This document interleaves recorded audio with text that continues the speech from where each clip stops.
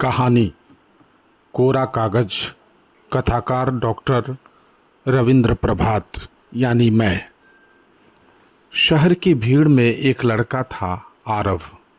उसके पास कोई खास पहचान नहीं थी, न कोई बड़ा सपना जिसे लोग सुनकर दंग रह जाएं। बस उसके पास था एक कोरा कागज और एक टूटी हुई पेंसिल।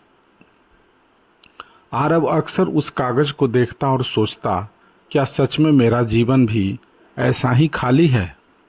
बचपन में पिता का साया उठ गया। माँ ने घर घर काम करके उसे पाला। स्कूल गया, लेकिन हालात में पढ़ाई अधूरी छोड़ दी। हर मोड़ पर उसे लगा कि जिंदगी ने उसके हिस्से में बस संघर्ष ही लिखे हैं। एक दिन बारिश में भीगते हुए वह सड़क किनारे बैठा था। उसके हाथ में वही कोरा कागज था, भीग कर आधा फट चुका। तभी पास से गुजरते हुए एक बूढ़े आदमी ने पूछा, क्या देख रहे हो इसमें? आरव बोला, कुछ नहीं, ये खाली है जैसे मेरी जिंदगी। बूढ़ा मुस्कुराया, खाली नहीं है, ये सबसे बड़ा मौका है। जिस कागज पर कुछ लिखा नहीं होता, उसी पर सबसे खूबसूरत कहानी लिखी जाती सकती है। यह बात आरव के दिल में उतर गई। उस दिन के बाद उसने फैसला किया कि अब वह इंतज़ार नहीं करेगा कि कोई उसकी ज़िंदगी लिखे, वह खुद लिखेगा। उसने छोटे मोटे काम शुरू किए, चाय की दुकान पर, फिर किताबों की दुकान पर। वहीं उसे किताबों से प्यार हो गया। वह हर रात थोड़ी थोड़ी पढ़ाई करता, दिन में काम करता। लोग हंसते थे, तुमसे कुछ नहीं होगा। लेकिन अब उसे फ़र्क नहीं पड़ता था, क्योंकि वह जान चुका था कि कोरा कागज दूसरों की राय से नहीं, अपनी मेहनत से भरता है।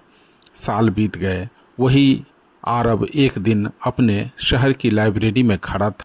इस बार नौकरी मांगने नहीं, बल्कि अपनी लिखी किताब लॉन्च करने। उसने मंच पर खड़े होकर कहा, मेरी ज़िंदगी एक कोरा कागज़ थी।